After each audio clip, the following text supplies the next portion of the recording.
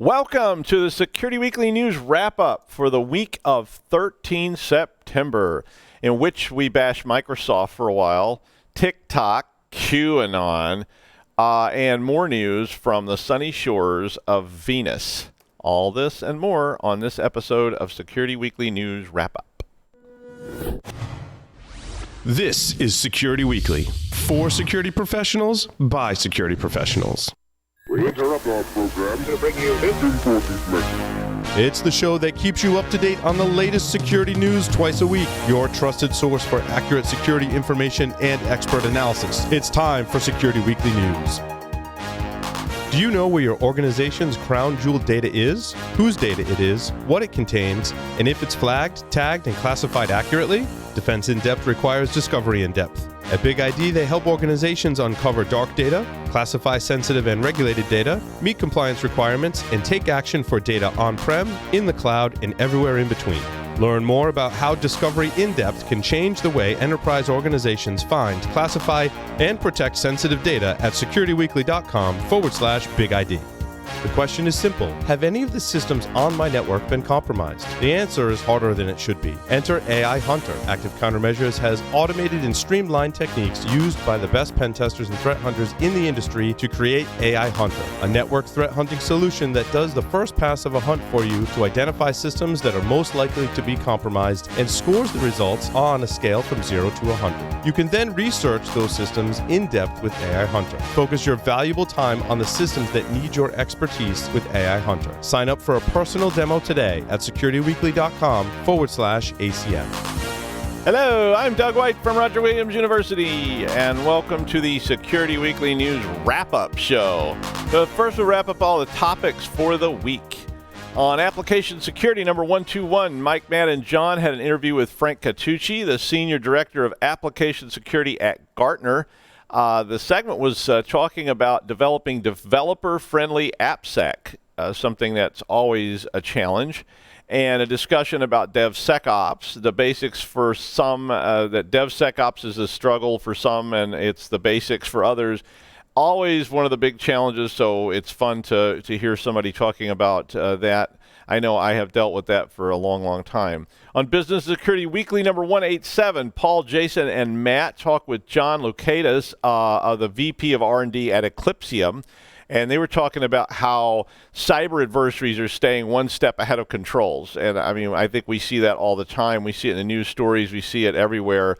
That, you know, as you put new tactics in place, people shift gears and try to move on. But in particular, they were talking about how we develop endpoint protections and how they move further inwards towards firmware, hardware, and device vulnerabilities as these protections go into place, because they really don't have a choice.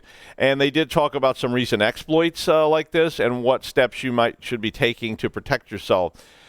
Jason was back in the studio as well for that segment, so if you haven't seen Jason Albuquerque in a while, you can see him on there. On Enterprise Security Weekly number 198, John, Matt, and Paul talked with Farah Mavatuna, always a fun guest. He's the CEO of NetSparker, and we see him on a lot of shows here and there. They were talking about how organizations mature, how as organizations mature and grow, they have to start looking for ways to achieve more with less. And how do mature organizations approach web application security at scale. Overall, is an interesting segment, which also included 5 myths about DAST and some other issues, so a lot of fun. A final segment on that show was with Jimmy Mesta, who's the Director of Security Research at Signal Sciences, and that segment focused on how mergers and acquisitions create security threats and opportunities for growth. So interesting stuff there. They also talked about legacy technology, the cloud, and how you get from one to the other. On Security Weekly News number 65, Jason Wood was talking about a Russian hacker who was selling a zero-day how-to video. It was an interesting story this week. It was a Magento skimming operation that they were selling a zero-day to.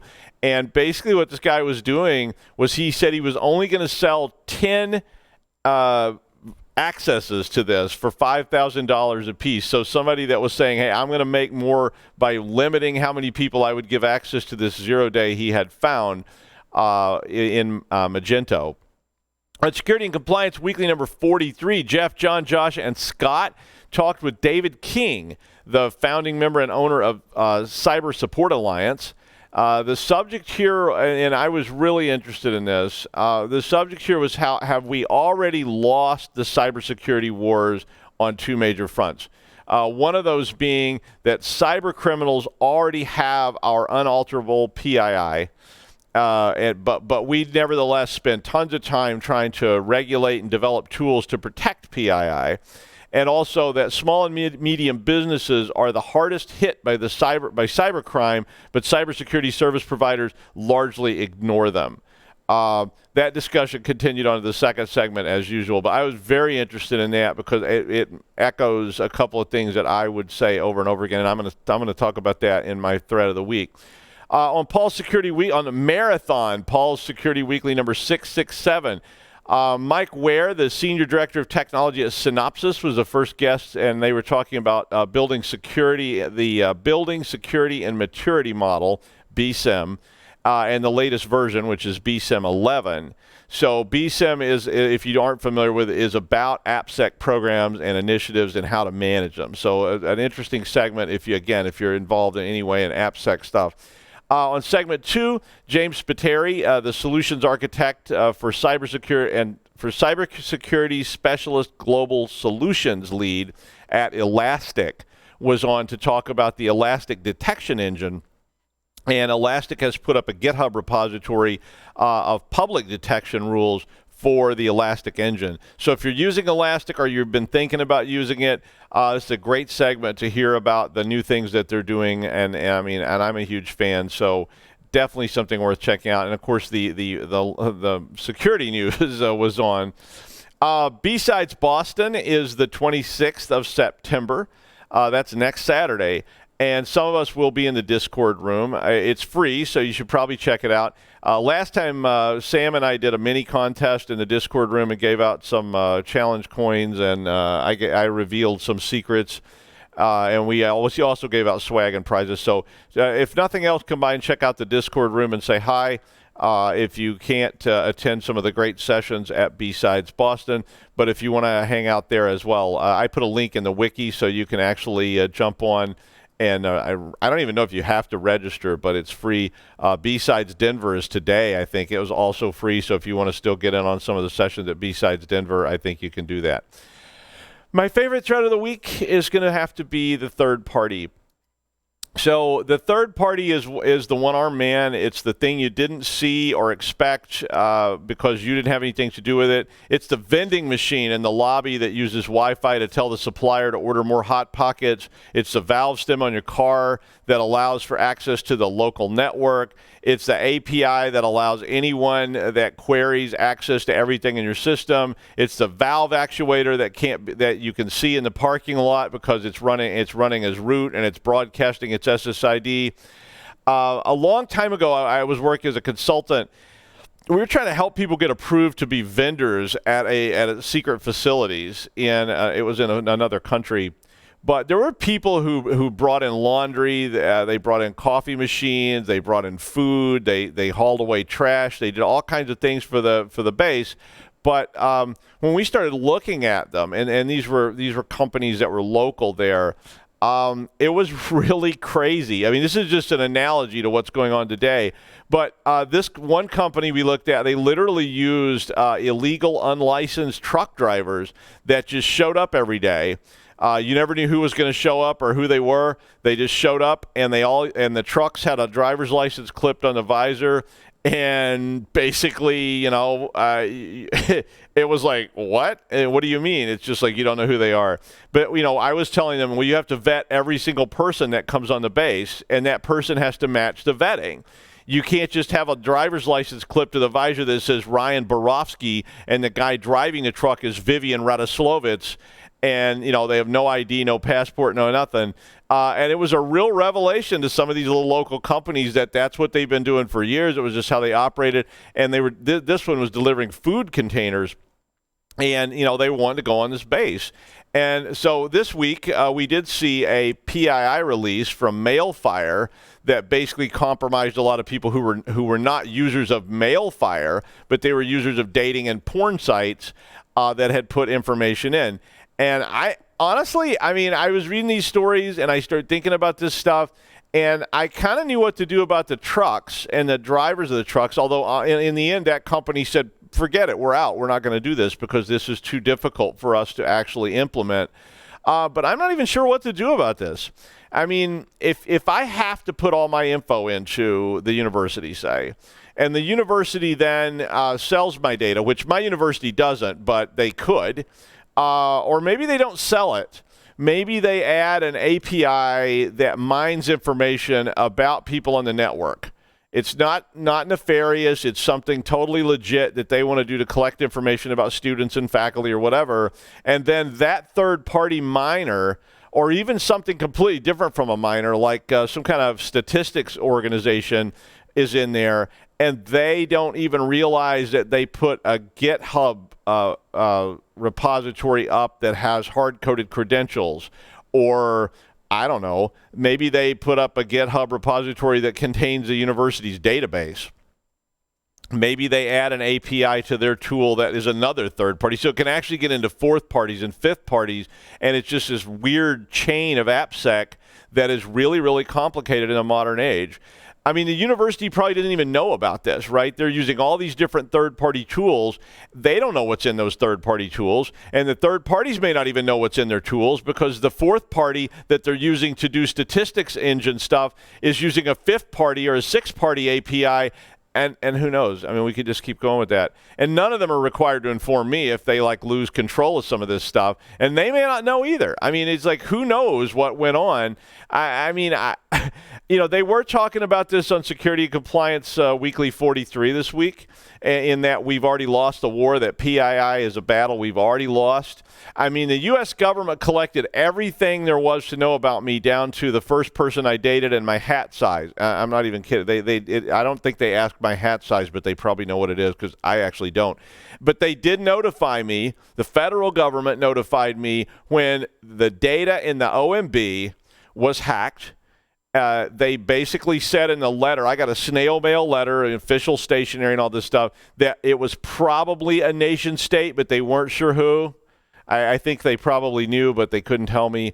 But you know how it goes. Good luck. I'm sorry we lost all your data, everything, including your hat size. But hey, here's a signed picture of Alexander Haig and a complimentary copy of Jeff Mann's autobiography, Nerd I. But thanks. So combine all this with APIs, GitHub repositories, the cloud, other repositories, alien 5G death rays from Venus, and it just makes you think, well, maybe that war really is lost. But hey, that's what keeps the liquor store in business. So now the top news from all the show.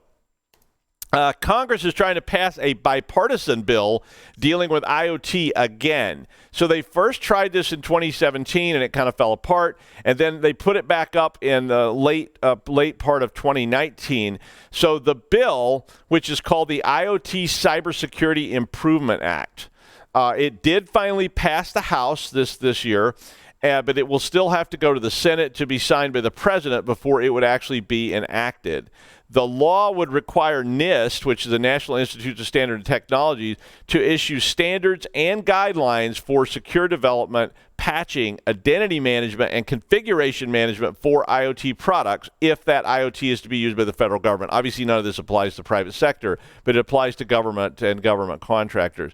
It also mandates that NIST would have to work with the industry.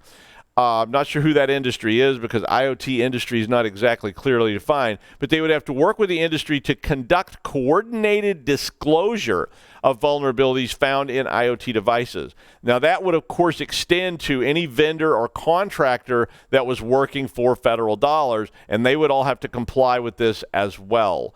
If they wanted to keep working with the federal government. Now, some of them may go back to what I was talking about earlier, and they just say, forget it. But, nevertheless, there was not really any information in this article about whether the Senate, which has a huge backlog of bills that have been stalled in the Senate for a while, when it would be read or if they would even take it up this year. So it's hard to say if that bill will get passed this time. But with that in mind, Mozi Botnet was reported as representing 90% of all traffic to and from IoT devices, according to IBM X-Force.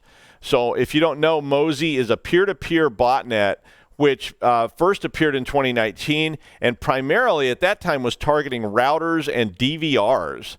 But the bot itself executes a wget. So the bot, as soon as the bot gets up and running, it executes a wget shell that downloads the main file, which is mozi.a, which then basically the attacker has full control of the device. And in some cases, they can basically overwrite the firmware. They can compromise the IoT device in other ways. They can use the IoT device to gather information and connect back home. But Mozi is a framework that has a shifting approach to exploits. So it tries different things to see if it can get into the devices.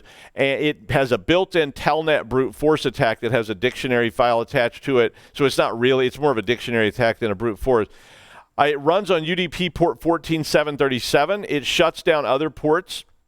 But basically, the P2P IoT threat surface has seen a lot of activity this year. So Mozi's just the latest in this category. Earlier this year, we had DDG and Fritz Frog, which we reported on before. But apparently, Mozi is now the one that's producing the most traffic and threats from an ever-increasing number of IoT devices that do use these P2P meshes to operate. So P2P approaches are really effective for this kind of thing because they don't have a command and control server, so you're not getting blocked by whitelisting or anything like that.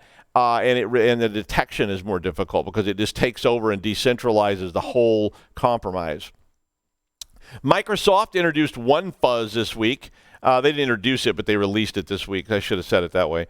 This is a fuzzer testing framework for Azure. So fuzz testing, if you don't really know what that is an AppSec-oriented idea, and it basically is an automated or mostly automated approach which creates a lot of random data for testing software or apps or whatever you want to test. And it just bombards these applications with all sorts of different randomized things, and they shift around, and you're trying to find anomalous behavior of the software before it's released based on stuff that users might do and or data that gets generated or whatever the software actually does. We used to call this a really long night because we used to have to test apps that were developed at the bank to see if different random inputs, like one time I spent a long time because somebody sent a leading zero into a payroll system and nobody could figure out why it was generating these weird random paychecks. And it turned out that leading zero, as many of you probably already realized, caused that number to be read as octal. So whenever that octal string was read, nobody had caught that. It caused the system to crash. So this is, of course, what fuzzers allow you to do many, many, many, many times, and then you can go back and see if the fuzzer has generated a crash or an error. OneFuzz is available on GitHub, and it's open source, but this is what Microsoft uses to test a lot of their tools, so it's definitely worth checking out if you're developing AppSec stuff. I put a link to both the repository and the article on the wiki. Speaking of Microsoft, a new exploit called Zero Logon is an escalation of what was previously a kind of not so dangerous privilege escalation. And it was addressed in the August security update. So the point of this article, obviously, is that you probably want to patch your Microsoft products. There are apparently 4 different methods of executing this attack available on GitHub, and they work prior to the August 2020 security patches. The vulnerability was discovered by Secura in the net logon function, and this initial version was not considered very dangerous, but it required a man-in-the-middle attack and all this other kind of stuff. But this new attack allows you to build home-rolled auth tokens for NetLogon remote protocol, and that can allow essentially you to reset the domain controller password. And being able to reset a domain controller's password remotely is that's a pretty dangerous kind of problem. Apparently, the flaw is in the way it handles the AES CFB8 encryption. Primarily in use, the attacker sets the init vector of this, which is supposed to be a random number. But if you set it to all zeros, it means that you can essentially home roll an auth token because you know what the hash is going to be, and then you can take over the domain controller. Yeah, which would be pretty bad. The whole attack and the process are very detailed in this wiki article I put up, so you probably want to use these patches. But as long as we're bashing Microsoft, let's bash them a little more. This week also there was an MFA WS Trust exploit that is old. So this WS Trust problem has been around a while. But apparently now that same vulnerability that was been around for a while can be used to attack Azure, Visual Studio, and even Office 365, which I think is now called Microsoft 365, to get around multi-factor authentication. So WS Trust is a component of WS Security. And basically, it's a component that's used for renewing and validating security tokens. So you've seen a lot of attacks lately around these security token kind of things. And what happens is if you can get around this security token, it could create a trust relationship in messaging. And that's the whole point of WS Trust in the first place. The article here basically says that WS Trust protocol is inherently insecure. And apparently, Microsoft identity providers used this as a mechanism to create, and of course using this WS Trust exploit that gives you a number of ways you can get around multi-factor authentication and access cloud services.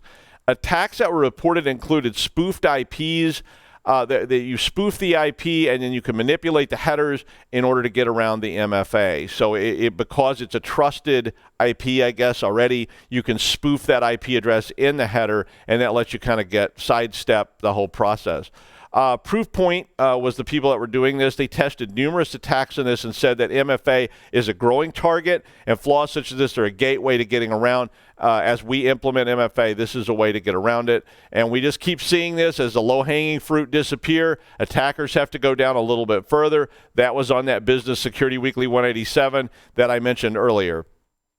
President Trump continued his war on TikTok, and it would appear that Oracle, and I have an update to this story at the end, but that Oracle rather than Microsoft will be the manager of TikTok in the United States. I mentioned this story on the news earlier in the week, but this article that I put up is not actually about Donald Trump banning TikTok. It was about how Donald Trump doesn't really understand the real threat China poses through all this software, firmware, hardware, and so forth. That Huawei and others, even though they've been blacklisted by the United States, they're still out there. They still make hardware. They still make chips. That Zoom is owned by China, and I could go on with a list of stuff that's owned by China that we're not even talking about. But this article is an op-ed from an editor from Hong Kong, so no love lost for the mainland.